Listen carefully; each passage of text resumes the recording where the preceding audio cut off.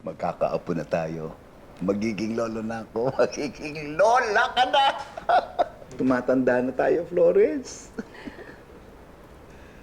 Hindi dapat muna nagpabuntis ang anak mo, Danilo. Lalo lang siya natali sa asawa niya. Paano kung gusto niya na makipaghiwalay? Eh di may bata pang maiipit, madadamay. Ikaw naman. 2 years pa lang silang kasal, hiwalay na agad ang iniisip mo. Florence naman.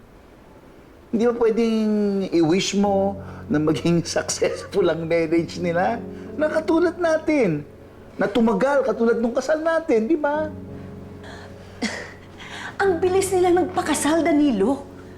I doubted kung nagkakilala sila sa isa't isa ng husto before they even made their vows. At yung 2 years na sinasabi mo, it just signifies na tapos na ang honeymoon stage ng kasal nila. Dito na umpisang magkaalaman ng baho ng bawat isa sa kanila. Hindi ka ba nag-aalala na may mga itinatago tong baho itong si Bernard kay Angela kaya nagustuhan siya?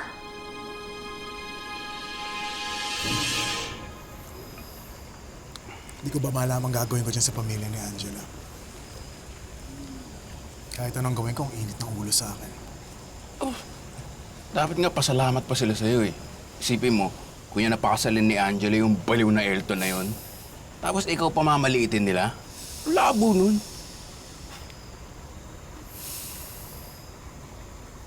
Ewan ko siguro, pasok sa tenga, labas sa kabila. Ganun na lang. Hindi ko naman magawang bastusin sila. Hindi ko gagawin yun. Ano ko, yun ang wag na wag mong gagawin. Tumahimik ka na lang. O yung ginagawa ko, yung may unan, isigaw mo dun lahat. At saka mag-ingat ka lagi sa ginagawa mo, pare. Ba't mo naman nasabi yan? Eh kasi mga biyenan mo, kahit magkaroon ka ng maliit na pagkakamali.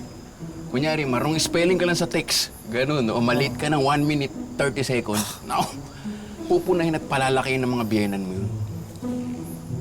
Pero ganito lang gawin mo.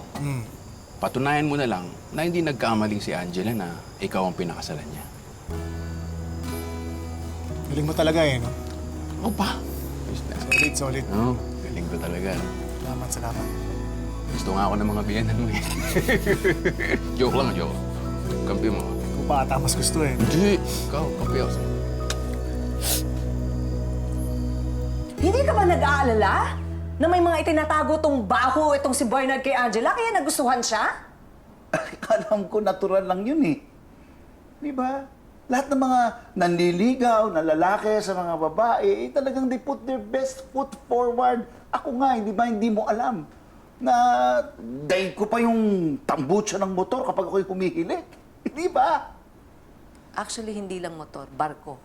Oh, pero hindi mo ako hiniwalayan dahil doon. Kasal pa rin tayong tagal natin mag-asawa. Bakit? Kasi tinanggap mo ko. Hindi naman nagkakahiwalayan kaagad yung mga mag-asawa. Kasi kapag nakikilala nila yung isa't isa, yung mga kakulangan nila, yung pagkakamali nila sa isa't isa, tinatanggap nila ang isa't isa, lalo pa silang napapamahal. Danilo, hindi kita mas minahal dahil sa paghihilik mo. Hindi na ako nanalo sa'yo.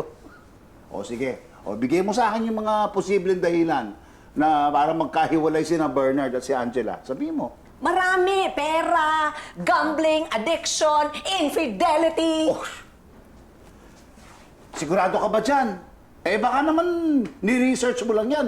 Pangkaraniwan dahilan yan ng mga mag-asawa maghiwalay eh, di ba? Oh my God, Danilo.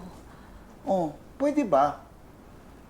Huwag mo lang asahang pang mag-fail yung kanilang marriage. Kasi, Florence, pag nangyari yun eh, anak mo rin naman na masasaktan. Anak natin. O, paano? Pagdating ng panahon, pag nasaktan siya, hindi naman ikaw yung nanay na hindi masasaktan kapag nasaktan yung sarili mong anak, di ba? Masasaktan ka din.